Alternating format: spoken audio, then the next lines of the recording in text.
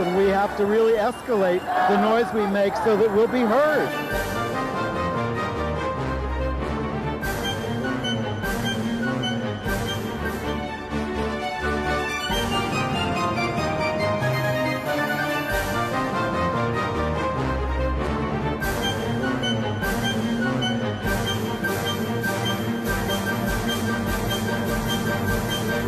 Welcome to Gay USA. I'm Andy Hum. And I'm Rob Shooter, filling in for Anne. Well, nice to see you, Rob. Nice to have you back again. I like it, too. And you look very Eastery.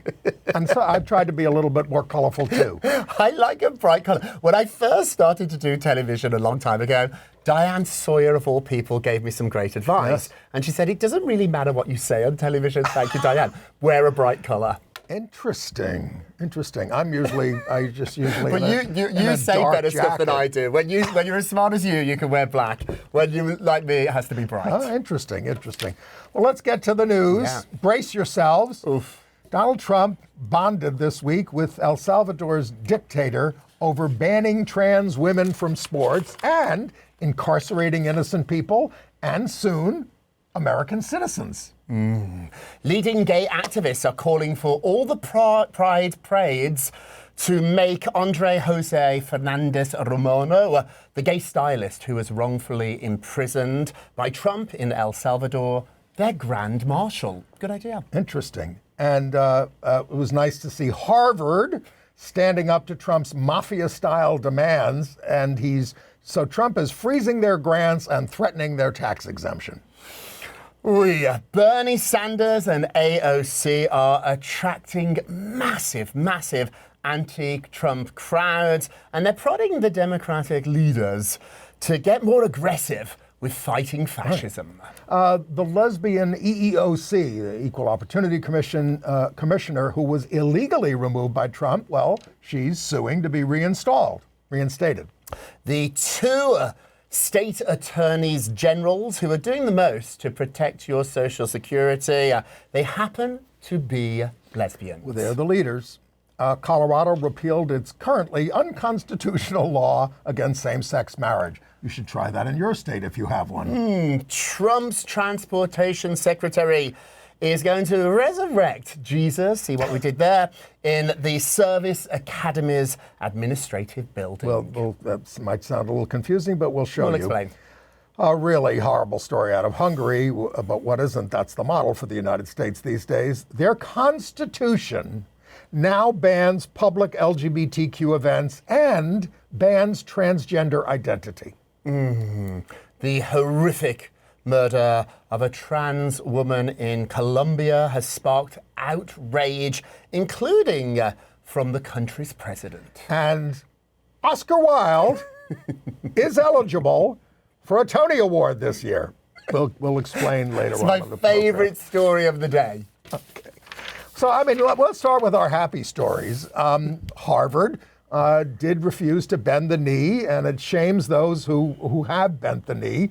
And the president of Harvard, Alan Gerber, said, "No government, regardless of which party is in power, should dictate what private universities can teach, whom they can admit and hire, and which areas of study and inquiry they can pursue." So bravo, Alan Gerber.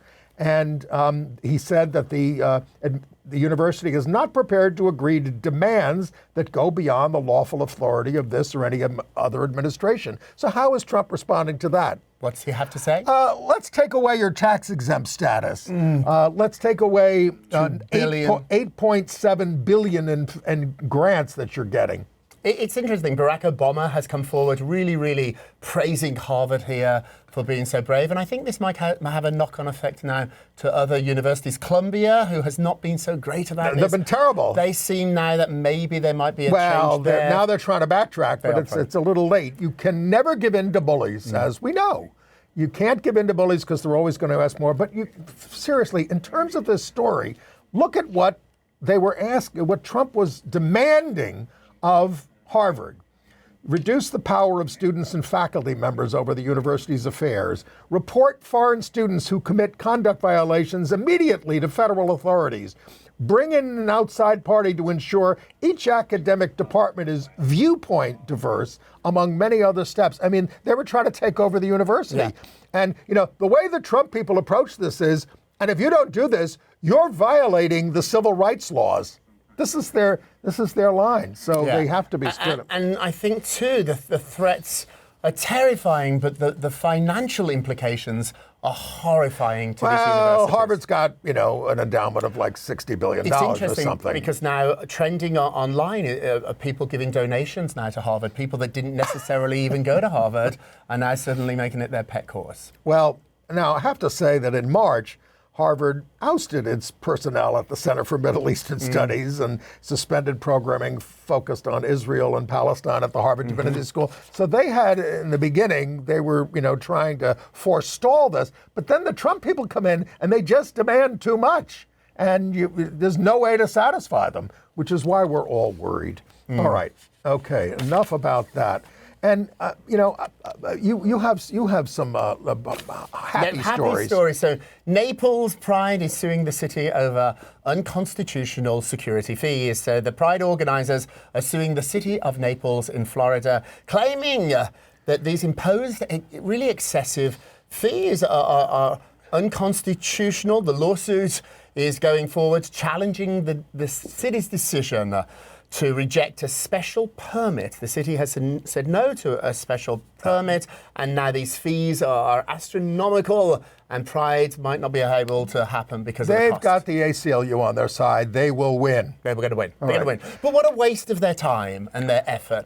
Exactly. It's like the schools that try to ban gay clubs. Right. They never win. They're never going to win. There was a federal law that says you have to have clubs.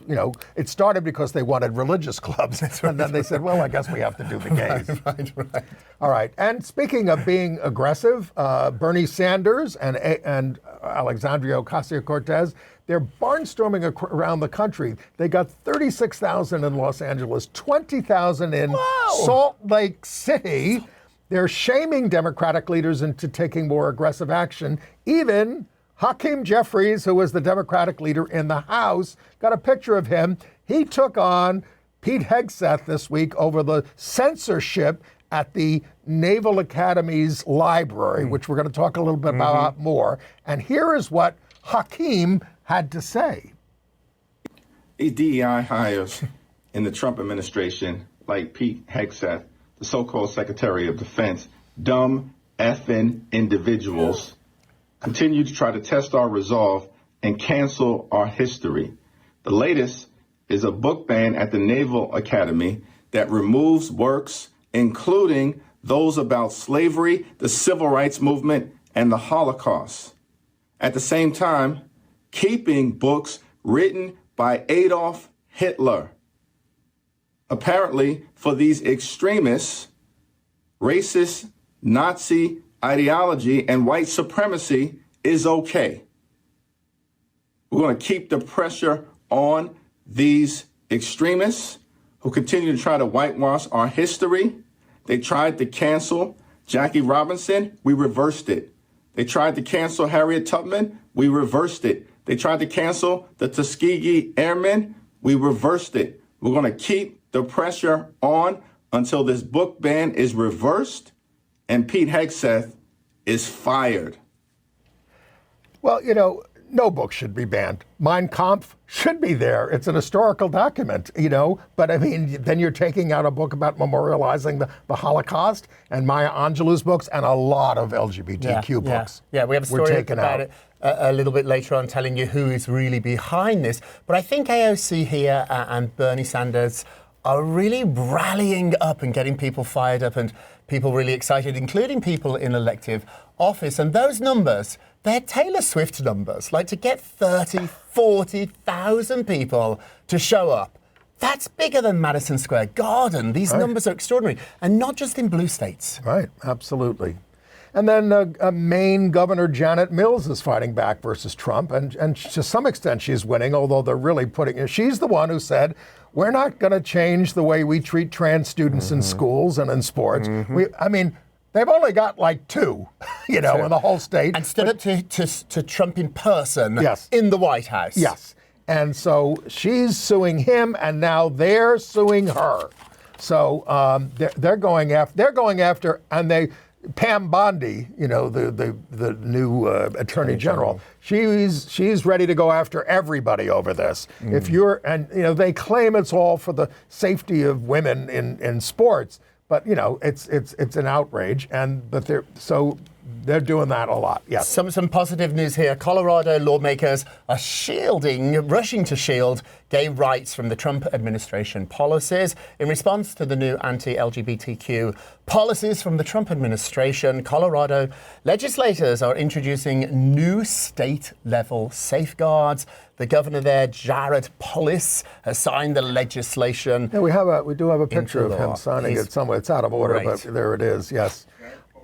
We can't get. Okay. There it is. There's Jared Polis. There he is. Signing this. So it's down to the states now, Andy. This is how this is going to have to work for a while. This law ensures that even if this is important for our viewers, it ensures that even if the Supreme Court reverses Obergefell, the marriage equality thing, will still be legal in Colorado. Marriages between same-sex couples would still be recognized federally under the Respect for Marriage Act. Congress did pass that, and President Biden signed it.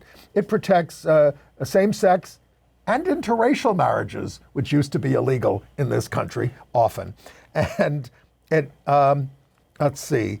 The act does not require states, however, to allow marriages between same-sex couples, and it allows them to enact bans. So you could have a state that itself bans it, but your marriage is still recognized if you were legally married. I mean, it's complicated, and we're all worried about it, but that's what the law does. Do you see other states doing this too? Well, they have. I mean, some of them, it's hard. I mean, California only last year repealed their constitutional amendment against same-sex marriage. Again, none of these were allowed to be enforced. Nevada did it, but it's moving very slowly, and some of the states would like to really ramp it up. Okay. Now, a former EEOC Commissioner, Jocelyn Samuels, she's a former executive director of the UCLA School of Law's Williams Institute on Sexual Orientation and Gender Identity in Public Policy. She was appointed by Trump because the president has to appoint an equal number of Democrats and Republicans. But he got rid of her illegally. She didn't fill out her term, so she's suing. This abrupt and unlawful termination before my term's completion not only violates federal law, but fundamentally eviscerates the EEOC's independent structure. So that's what she's doing, and good on her. Good on her. More positive news. Hundreds are protesting Pittsburgh's hospital, standing outside for denying gender-affirming care to trans youth. Let me explain. So activists are rallying outside hospitals in Pennsylvania after the medical system halted gender-affirming care for trans youths. Nearly 200 protesters turned up there, saying that this is just outrageous and wanting to stand up and make their voices heard. Well, we did that in New York as well, to NYU Langone and all these hospitals that suspended transgender youth care. And we got a court order that said, no, you can do it. No matter what the Trump people say, you can do it. And they did not reinstate it. Some of them said, oh, we'll keep treating the ones we were treating, but we're not taking any new patients. Come on.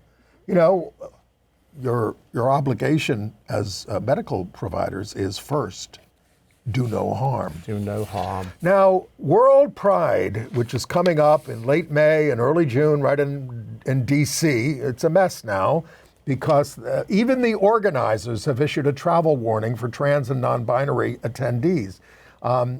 They were expecting 2 to 3 million visitors to the Capitol over 3 weeks, starting in May 17th. But they're now recommending that you consider the risk. Well, if you're transgender, if you're anybody coming into this country, people in Ireland are being warned, if you try to enter the United States, even if you're an American, you're leaving Ireland, you're coming back here, they have people over there who will check your phone. And do you have any like anti-Trump or, I don't know, pro-Palestinian? Or these are the kinds of things they're looking for. They're a bunch of thugs at the border who want to give you trouble. Sometimes they'll lock you up for, I'm worried about leaving the country and coming back. My sister came to visit this weekend, and when I picked her up at the airport, I was a little concerned. She came in from London. We had really nothing to be concerned about. In a normal world, we wouldn't, but in this world, I was concerned, and before she came, she went through her social media profiles and deleted. Really? Well, this is outrageous. I mean, and then all she's got on her social media profiles are speech, so come on. The Trump administration has quietly dismantled the presidential... Well, let me finish off on Well Pride, because they're not being, I don't think they're being strong enough in terms of what the real risk is of coming here, and that's what we were talking about. It's not just for trans and non-binary attendees, it's for everybody. Another Pride story, though, is that here Pride organizers are losing hundreds of thousands of dollars as sponsorship has really dried up because of everything that is going on. So it's estimated. Because they don't want to do DEI. They're worried about it. They're worried about the Trump administration. And so Pride organizers in the US have reportedly lost about $350,000 per event in corporate sponsorships. Executive Director Susan Ford acknowledged that companies are facing pressure, but warned, this is a warning from Susan Ford, the executive director, quote, "We will remember who stood by us and who didn't." Well, quite frankly, and I talked to the organizer of New York City Pride. I'm part of what's called Reclaim Pride, and we do the Queer Liberation March. It's just a march, and that's what we need this year. Everybody ought to dump the parades and the floats and have protest marches and march on your federal buildings and on other places because we are so targeted, and we know it. We knew it in November. We were the only group in the country with the Democrat vote went up. They talked about, Trump peeled off some blacks and a lot of Latinos and this kind of stuff, and women, but LGBTQ people, we went the other way because we know when we're being insulted. All right. So I'm 71 years old. I don't mind saying. I did get my Social Security check today, but we're all nervous about it. Yeah. So it's being dismantled by the Doge things and the Trump administration, and it's incredible that there has not been infinitely more protest as the regional office staff has been cut by 87%. They're trying to end it. So the only two state attorneys general to stand up and offer assistance and advocacy for their residents are Dana Nessel there on the left in Michigan and Chris Mays in Arizona, and they both happen to be out lesbians. And every attorney general needs to be doing this to assist their people in getting the benefits they're entitled to. When do you think people will become outraged? When their checks don't appear? You will get personally outraged when your check doesn't appear, right. But it's got to happen now. Obviously, people are nervous, but you got to get active. I can't believe this is happening. This used to be the third rail of politics. Right. Wow. Trump administration has quietly dismantled the presidential HIV council. So the Trump administration is purging the presidential advisory council on HIV and AIDS. Health Secretary RFK Jr. has led sweeping layoffs. 10,000 federal health employees. We're going to talk a lot more about that in AIDS news, but this is a massive. It's going to hurt us domestically and internationally. And everything around the world, and it's massive. More people will get sick and die. I have some good news. Trump's Solicitor General's office has lost most of its talent. It is expected to lose at least half of the 16 assistant lawyers because of their concerns about the Trump Justice Department. It's an unusual exodus that raises questions about Trump's ability to win any of these cases. They were getting sued constantly. They're not going to have lawyers, competent lawyers, who can come in there and work for them. And some of these judges, you come into court and you're unprepared, and they let you have it.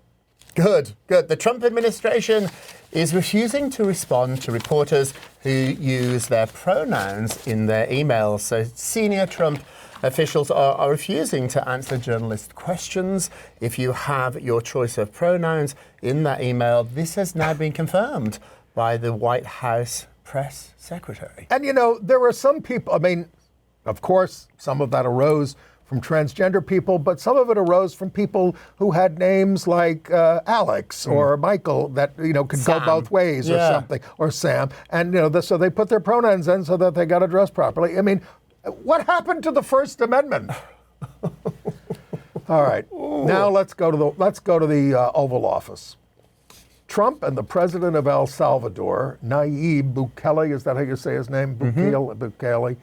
So now Trump is saying openly he wants to send U.S. criminals to these hellholes in El Salvador, and they were yucking it up about this in the White House. And Pam Bondi, who was sitting there, and she says, "We'll look into that, Mr. President. Read the Constitution." How much you can scream about this, but come on. The homegrowns are next, Trump said. You got to build. He's saying, he didn't, it was a hot mic. You're going to have to build five more places for me to hold them down there to hold them. This is what I want to do. He's saying it out loud. Listen, he's saying it out loud. And of course, these are torture camps. So they also bonded. Say that again. That's very important. These are torture camps. Yes. These are not prisons. Yes, that's right. Camps. You're going to die there. This is not the way anybody should be allowed to be treated. I have a lot of problems with the way we treat prisoners in the United States, but this is beyond that. So they also bonded. They said this openly during the meeting over banning trans women from sports. Trump says to the dictator, "Do you allow men to play in women's sports? Do you allow men to box your women? I know you have a lot of boxers. That's an abuse of a woman. That's abuse against a woman," the other dictator mumbled. And they just bonded on this and laughed about it.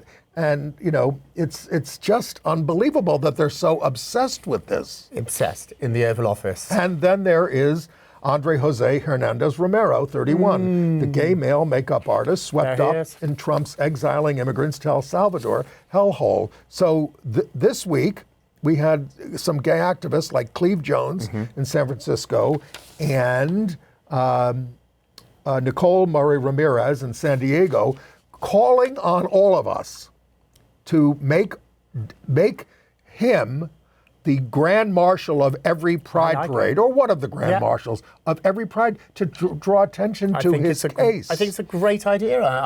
I wish I'd thought of it myself. I think it's a really, really good idea. Often the Pride festivals try to get somebody famous to be this. I remember once when I was working with all people, Paris Hilton. She was the Grand Marshal of the LA Pride, which probably wasn't the best person. This would be the best person. This is a good idea. Well, of course, we always honor the fact that Ann Northrup was a Grand Marshal of the New York Pride Parade on a horse. She rode a horse down or up Fifth Avenue. I can't remember. Was she clothed or was she Lady Godiva? She was fully clothed. There you go. Andy, have you been a Grand Marshal? I once was a Grand Marshal of the Queen's Pride Parade. Oh, see. There you go. Very nice. Anyway. All right, then there's little Marco Rubio, your Secretary of State. We have a picture of him. Now the Trump administration is claiming the right to deport individuals based on their beliefs, their thoughts, their speech alone. It's like, if it seems like, you have a propensity maybe to disagree with our foreign policy, then we're not going to admit you or we're going to expel you. It's unbelievable. It's very Handmaid's Tale, said a State Department official anonymously. Said a State Department They're official. looking for anti-Christian bias. Now look, I believe in the freedom of religion. Here we are in Holy Week for the Christians. I believe in your right to do all that. Please leave me alone. I'll leave you alone kind of stuff. nobody should try to impose anything. I don't believe in what you believe, but we have to be able to say that. You can say, well, we thought we could say it. I don't think we can anymore. We can at the moment, I hope. I don't know. Okay, a Florida teacher has been fired for using a student's preferred name without parental consent. So that is Melissa Calhoun, and it's believed that she is the first educator in Florida to be fired specifically for affirming a student's identity without telling their parents. She admitted that she knowingly did not comply with the state statute, leading to a denial of her contract renewal for the next school year. Terrible. Well, good for her for standing up. I mean, she lost her job. I mean, there's such a thing also as confidentiality. With kids, they have to be able to trust you, and you're not just, anytime something happens, you're not going to go, running to the parents and all that kind of stuff. I mean, obviously there are exceptions. If a kid is in, real horrible trouble, or if they're suicidal or they're violent or something like that, you of course involve parents. But anyway, all right. So staying on the State Department, we are withdrawing from the world. The Trump administration in a memo is proposing cutting 50% of the State Department's funding in the next fiscal year. And this includes eliminating all funding for international organizations, including the United Nations and NATO. Now, we fund a good quarter of the United Nations. Yes. And I have a friend who works for the UN, and we've already pulled out a lot of money out, and they're firing people all over the world from all these helping refugees and all this other kind of things that the UN does. So, and ending the Fulbright Scholars Program, for God's sakes. I mean, we're just withdrawing from the world and isolating ourselves, and then we're going to have no friends, and what's going to happen when we're in trouble? We should always remember that, the NATO pact says, if any of our nations is attacked, we all gather. What was the only time that was ever invoked? After 9/11. We were attacked after the United States, and all the NATO allies rallied to our side. Right. Oh, the Texas AG has launched a probe into the USA fencing. Let me explain. So Texas Attorney General Ken Paxton is investigating the USA Fencing Association after a cisgender athlete, Stephanie Turner, we spoke about this last week, was disqualified for refusing to compete against a transgender woman. Turner took the knee instead of facing her trans opponent, and she was immediately issued with a black card and disqualified. Now, Texas AG is going to probe the fencing organization. I think she's suing over. She is too. Yes, also. The White House is asking Congress to claw back funding from NPR, National Public Radio, and PBS, Public Television. They want legislators to rescind $1 billion from the Corporation for Public Broadcasting. And now, it's not, a massive amount of their budget, but it's going to make a dent. It's going to make a difference. It's something when your budget is as tight as this. And it this really is. hurts the local public television stations, local radio stations and things, because they want to be the Ministry of Information that controls everything, and everybody has to watch Fox, I guess. We have a gay Army reservist who has been booted after some X-rated account was exposed. So his name is Adam Harmon, and he was ousted from the Army Reserve after being linked with an explicit adult account. So it's now been deleted. We should point out that explicit content does violate military codes. However, advocates are asking if this has something more to do with his sexual identity. Interesting. All right. So Trump's transportation secretary, this guy Sean Duffy, he's a very devout Catholic, he went to the Merchant Marine Academy, and they erupted in applause when he demanded a painting of Jesus, we have a mural that used to hang there in the administrative building, be restored. You want Jesus up from the basement? All right, great, he said. It's an historic painting, Christ on the Water. It was relocated because the Military Religious Freedom Foundation said, come on, you know, this is a secular public building and we got to do with Jesus.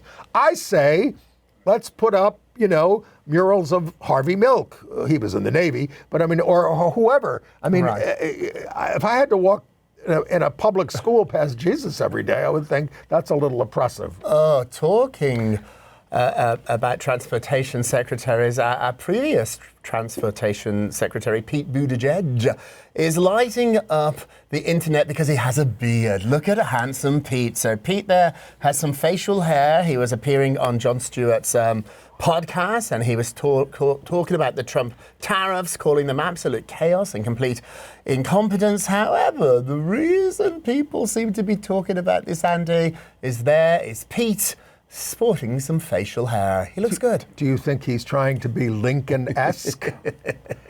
What's he You know, got in mind? Lincoln didn't have a beard when he at first. He did not? Some kid wrote him a note and said, "You'd look good in a beard," so he grew one, which he was famous do you for. think we would look better in beards, Andy? I had one during the pandemic because I just got tired of shaving at home and stuff. You almost got one today, but I did decide to shave for you. Thank you, I feel honored. For you. Thank you. How long have you had your moustache? Huh? How long have you had the moustache? Oh my God!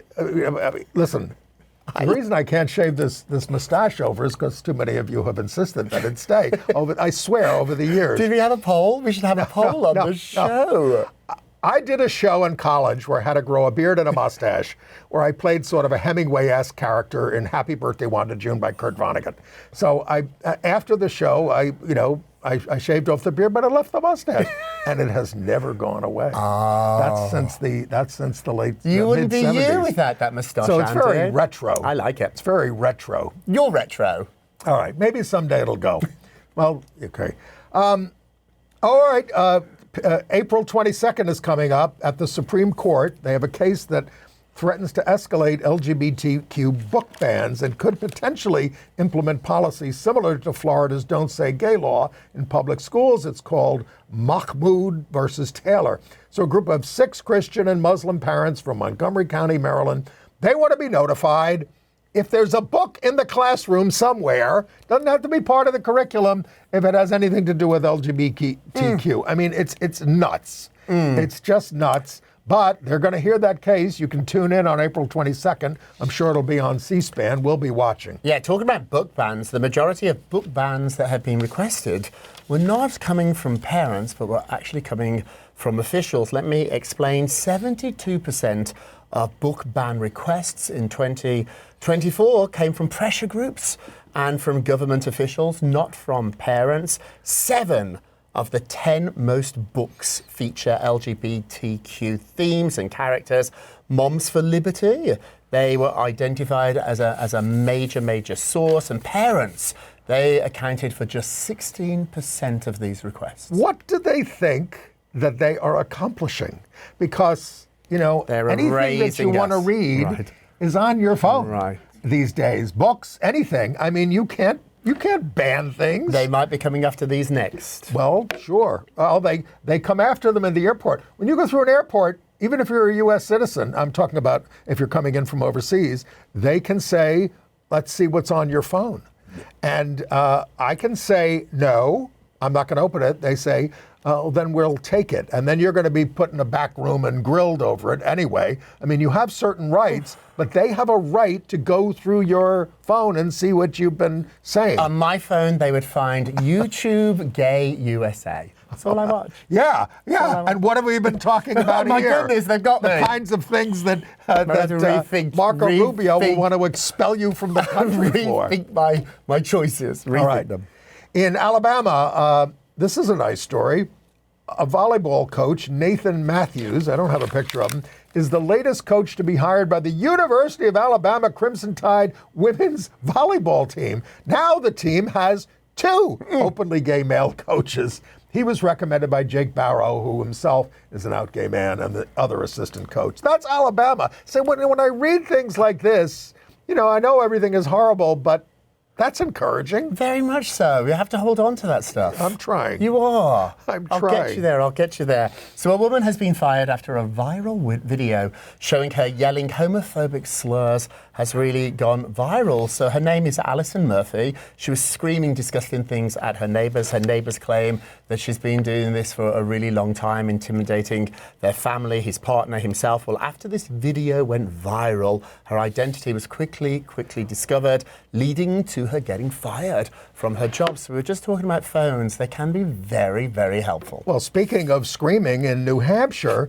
there was a game where some parents, 2 adult men at Bow High School, started screaming anti-trans things during the game. And what they actually did was they wore pink wristbands with 2 X's on them, a symbol used by anti-trans activists. I apologize, they weren't screaming.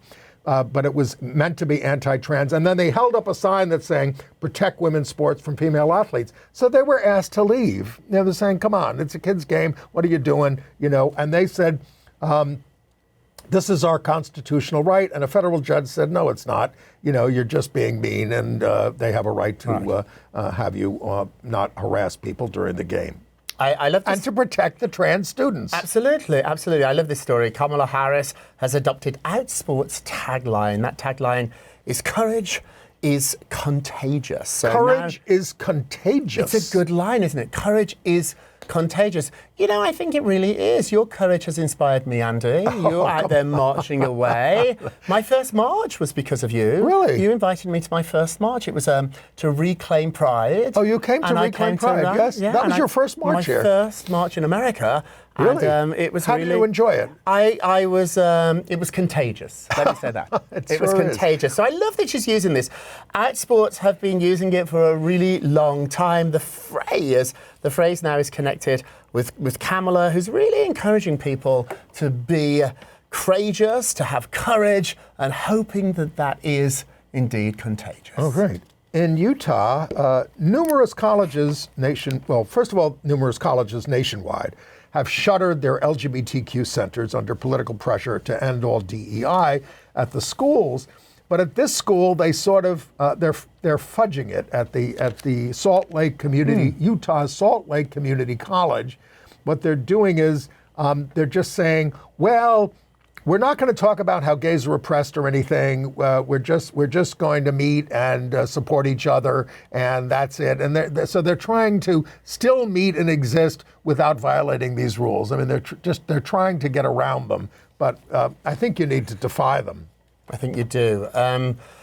The Log Cabin Republicans have launched a Central Missouri chapter. So there's a new chapter for the Log Cabin Republicans. It's opened in Central Missouri, and the goals are to support LGBTQ Republican candidates. Can you get Josh Hawley to stop being such a bigot?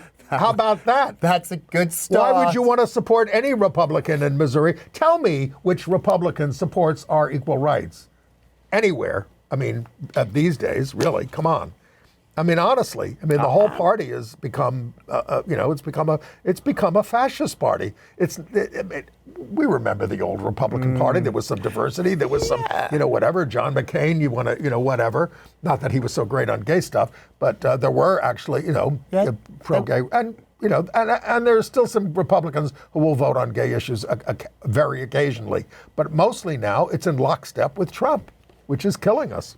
All right, you recall the horrible crash down in Washington, in January 29th, military helicopter colliding with an airliner, 67 people died. Well, Jo Ellis, she's a transgender woman. She was wrongfully identified as the pilot in the military helicopter involved. So she's suing Matthew Wallace, a big social media user, who blamed her for the crash, told his viewers, listeners, this is who did this. And she got all these transphobic hate messages. So she's suing. Good. It started with him. He was the one that was the first to break this news that was fake news. It was not her. But nevertheless, it got picked up. This went around the web. And even I think some legit news organizations picked it up. And so now she's taking legal action. And put her picture back up. She plans on donating any money from damages to the families of those who lost their lives in the collision. 67 people, yes. Yes. Okay. I'm ready to go to how about international. Lil Nas X? Lil Nas X. You should read? I did read. Yes. Should we save it for entertainment? Do you want to jump in now? Well, I mean, Should we- because it's more about what's happened Let's to him. do it. He's in the hospital with partial face paralysis, and he's joking his way through it. But he's kind of he can tell he's been affected by it, but he seems in good spirits. Yeah, I hope so. I hope that the humour that he's displaying and the fact that he is talking out about this, I hope that's a good sign. I saw him live. He was fantastic. Imagine. Almost Elton John-like. It was so flamboyant and so delicious. I also did see him once in a gay bar in Harlem. Yeah. And he skipped the line for the loo. Oh. Used his Are we celebrity. criticizing him for I'm just that? saying you used your celebrity. Okay. All right, I'm going to talk to somebody we lost out on the West Coast, Keith St. Clair. He was the gay publisher of Vanguard, which was an early gay magazine based in San Francisco. He's died at the age of 79 in Richmond, Texas, suffered from Alzheimer's. He took over Vanguard, which was initially published by the Vanguard organization in 1965. The magazine became a separate entity, and he ran it for 12 years, covering gay life, the transgender community, drug users, and others who were marginalized. It was affiliated with the Glide Memorial Church out there, a very progressive church out there, and at a time when LGBTQ people had few rights. He went on to operate a foster home for youth in San Francisco. He raised over, are you ready for it? I'm sitting down. 300 foster kids over the years. Oh, it's fantastic. It sounds like Boys Town.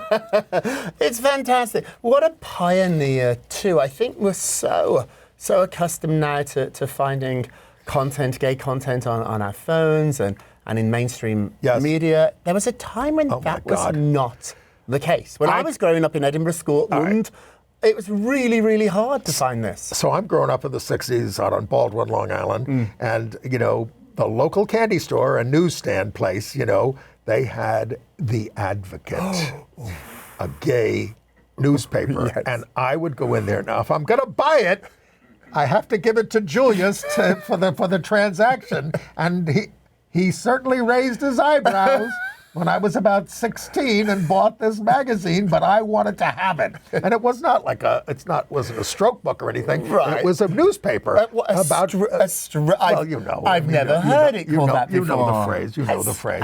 It wasn't a pornographic magazine. There. Yeah. Well, Andy, you were a trailblazer too. Did you ever write for The Advocate? I may have had something in that. Not usually. No, Right. I wrote for all the gay newspapers in New York and elsewhere. I did not buy The Advocate when I was growing up in Scotland, but I did buy a Shirley Bassey magazine, which might have outed me as much as your Advocate. Okay. All right. Hungary. International. Yes, Hungary. They have now banned in their constitution public events for the gay community.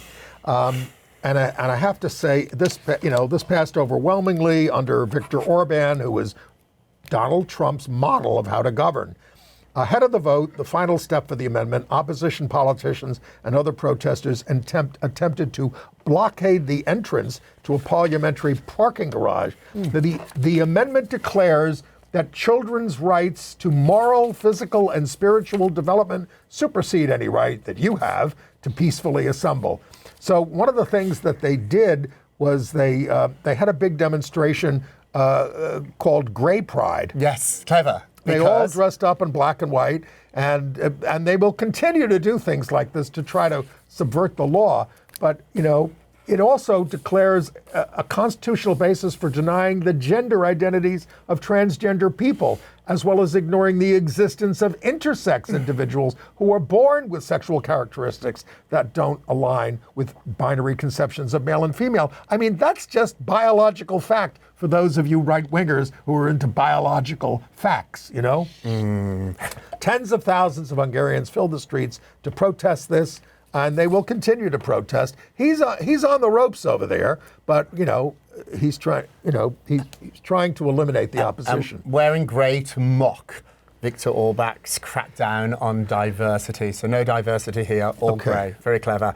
We have this story out of London that LGBTQ workers in London are feeling the pressure to be less gay at work. Really? So a new report out by the Pride in Leadership reveals that 85% of LGBTQ professionals in the UK are facing career obstacles because of their identity. Many people responding to this acknowledge that they do play down their queerness at work. In London, very discouraging to hear. And the most discouraging story of the week, and if you can stand it, this comes with a trigger warning. In Colombia, trans woman Milary Gonzalez, 32 years old, was brutally murdered in Belo, Antioquia.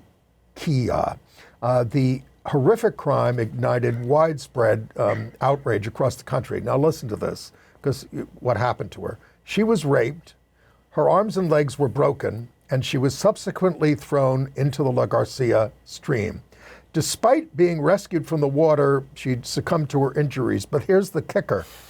Adding to the cruelty, videos filmed by onlookers capturing her struggle in the water circulated on social media, which sparked further indignation and accusations of societal indifference to us. It's now in Colombia, it's the 25th reported killing of an LGBTQ individual in Colombia this year alone. So you did have a condemnation from President Gustavo Petro, who labeled it fascism. So this is what happens when you single people out for persecution because of their identity. That is what fascism is, and that is what we are experiencing in this country. And of course, it's obviously even worse there. He said the violence stems from the violent elimination of human differences. And they've received reports that 13 transgender individuals have been assassinated so far this year in Colombia. So there's an urgent need for change. I'm glad that you gave a trigger warning on that story. Yes, that story is... Listening to it is just awful, but that's what happened.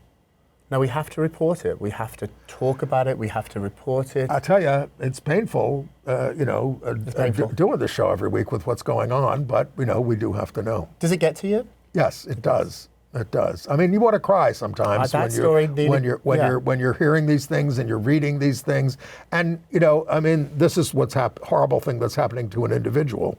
A person who's just been brutalized. But also, I have to say, when you see everything you've worked for your whole life in terms of civil rights and everything, it's just evaporating in months. And then it's like, we used to be able to hold the line, and there were people who would help us do that. But, we certainly remember other times when we had no rights, when sodomy was illegal, when, our people were being beat up on the streets all the time as well, and that's still happening in this country. But, so it's not entirely new, but it's worse now. It's worse. But let me say, on behalf of all of us, and I'm a fan of this show, and when I'm not sitting in this chair, I'm watching it at home. Thank you for you and Anne for doing this. Well, we're all I have to say is that we're all in this together, because if we're not all in this together, and we really appreciate our viewers who, when you hear about these things, that you get involved, that you do things in your community. We love reporting these things happening in small towns, in little towns in the South, et cetera, and in the Midwest, we're having pride parades and things like that. It's very encouraging. Thank you. Okay. Not encouraging is what's happening with Canadian singer-songwriter Bells Larson. We have a picture of him. He has canceled his upcoming U.S. tour dates thanks to Trump administration's new rules targeting transgender visa applicants. He can't get a visa to come into this country. To sing his songs, not to come here and protest. This is a singer. He says, it's crushed my dreams. He'd hoped that his blurring time, which is built around his transition, would help him break into the U.S. music market and connect with other American musicians. More than anything, though, I really just wanted to perform my album for queer and transgender people in the U.S. who saw their stories reflected in my own. So it's heartbreaking. It's heartbreaking. Do you know how to help? Download that album today. It's really good. It's a really good album. I've downloaded it, and I downloaded it not knowing anything about this artist except that they could not come to America, and so I wanted to show at least some support, a minimal amount. Download that album. It's great. So maybe we can link to it in our email, and if you want to be on our email list, go to gayusatv.org. And we put these little extras in, and we'll get a link to where people can download it. Yeah, okay? I am signed up. Forgive me, Andry, it's taken me a little while, but last week I signed up for the email list. I did. I wasn't getting it until last week. You're going to find out what's on the show this week. I'll be fascinated. I might have to watch this show. Okay. Canadian election is April 28th, and because the Conservative is aligned with Trump, it looks like he's going to lose. He's 7 points behind. That's a lot. There was a minute when they were very encouraging. Only 7% of Canadians now view Trump favorably. I'm surprised it's 7% after what he said about them. But yeah, it's coming up soon. And then a terrible story from your home country. The UK Supreme Court just ruled that the legal definition of a woman excludes trans women, although trans folks are still protected from discrimination under the equality law. I don't know how that fits together. I don't know if those two things can be true, but it's a shocking decision. Well, Peter Tatchell says the judgment suggests that trans men must use now women's toilets, which will cause immense distress to many women. And, Amara Jones, who's a black trans leader here, she's the CEO of Trans Lash, she said, in the United States, this decision in the UK provides a legal roadmap to those who wish to block legal equality of trans people. And it also affects all the Commonwealth nations. Yeah, it does. And how they're affected. All right, AIDS and health news. So Trump's top health pick called for conversion therapy for trans youth. But his name is Brian Christine. He's a big radical Christian, and they want to make him the number two guy in the health department. Dr. Oz, newly confirmed center for, is going to run Medicare and Medicaid. He's telling state Medicaid officials, stop covering gender-affirming care for transgender youth. Come on. And then in Texas, out gay State Representative Venton Jones, he got something passed there that will authorize ensuring HIV testing as part of standard STD testings. He got a bunch of Republicans to vote for that. Yeah. So that's good. And in Houston, we've got a new report that HIV and STI rates have gone through the roof over the last 5 years. And the rates of syphilis in the community have doubled. And so where's the public health establishment in Texas that is going to take care of this? All right, entertainment news. I just want to amuse you with Cola Scola from Oh Mary opened had a whole category on Jeopardy, and this is how Cole started it. I'm Cola Scola, but for the purposes of the Broadway show Oh Mary and a category today, I'm Mary Todd Lincoln, as you've never seen her before. As today is the 160th anniversary of the Lincoln assassination. Oh, what a way to commemorate the Lincoln assassination with Cola Scola. Have you seen that show? Oh, loved it. I loved it. And Anne really loved it. Oh, if Anne likes it, then we all have to go. That's a tough critic, so I loved it. Anne went twice. What? It's very, very good. Off-Broadway and on-Broadway. It's very, very good. Okay, Chris Colfer has put up a picture. Glee? From Glee. There he is. He's at Coachella. And this has gone viral. People are saying, my goodness, how he has grown up. His arms look fantastic. This is not the first time he's flexed his muscles. He's getting much more comfortable in himself. But it certainly is the one that's getting the most attention. What's fascinating about him, I interviewed him about 10 years ago when he was on Glee, and all the publicists and all the producers definitely wanted to make sure you didn't ask him about his sexuality. Really? He was a younger He was kid. playing a gay character, Yeah, though. he was, but now he is coming to his own and he's out there. He came out a long time ago. He did, but it's just the transition you see in an actor's career. Interesting. Yeah, not allowed to ask that one question. Interesting. Well, Darren Criss played a gay character, and he was apparently not gay. He's not gay, yeah. All right. My friend David Rothenberg has a new book out called Manhattan Mayhem. There's a picture of the book there. Oh, it's great. And he is a veteran he's 91 years old. He's a veteran Broadway press agent, a gay pioneer, radio host on WBAI, and founder of the Fortune Society for Ex-Offenders, his life's work. He shares story from his long life in the new book, and he tells us a little bit about it here. Manhattan Mayhem is really drawn from the mayhem of my life. I've had different careers, one in the theater, one working with formerly incarcerated people. And so I've had these stories in my head And when the pandemic came, I finally had a chance to sit down and write them. And they are reflective of experiences as somebody who worked in the theater with notable people, as someone who had incredible experience with men and women who have been incarcerated. One of the stories, particularly about somebody who has been grew up in a witness protection program, is drawn from a person that I knew, and I realized that nobody knows that kind of story because they're sworn to be silent all the time. So it's cathartic and almost like therapy when you're able to get all of these stories out. They're fact that I fictionalized, and so if that makes sense. Why is it called Manhattan Mayhem? Because because many of the real reason is because I wanted to call it a Jew story, which is the title of one of the stories, and everybody said you can't do that, come up with another title. And because Manhattan is where I hang out the most and love, and where there's so much conflict and excitement, Manhattan Mayhem is a suitable title. It's a good title. I've known David for 50 years. He's been very modest. He's a legendary Yes, Broadway he publicist. He's been around Broadway 250 shows. Wow. Anyway. I'll have to get the book. So Matt Bomer is talking about being outed by Perez Hilton. There's Matt. He said that he just wasn't ready yet to tell his story. He said it felt very unfair. It was at the time when Perez ran a very popular site. He still has it, maybe not as big an impact as it did back then. He also reportedly lost out on the role of Superman after he was outed. Interesting. And I told you at the top of the show, Oscar Wilde and Sarah Snook are Tony eligible for, she's doing The Picture of Dorian Gray. So Oscar Wilde is eligible for a Tony this year, according to the eligibility committee. I think that's fantastic. I saw this. More than 100 years after 100 years after. It is so remarkable. It's like nothing you've ever seen before on Broadway. Sometimes I think you can get a little sick of all the video screens and monitors, not in this show. It's fantastic. If you can get a ticket, Picture of Dorian Gray. The Picture of Dorian Gray. I saw Boop, the musical. Oh. Now, I grew up with Betty Boop. She was already about 30 years old when I started watching her from the 30s. Now she's 95.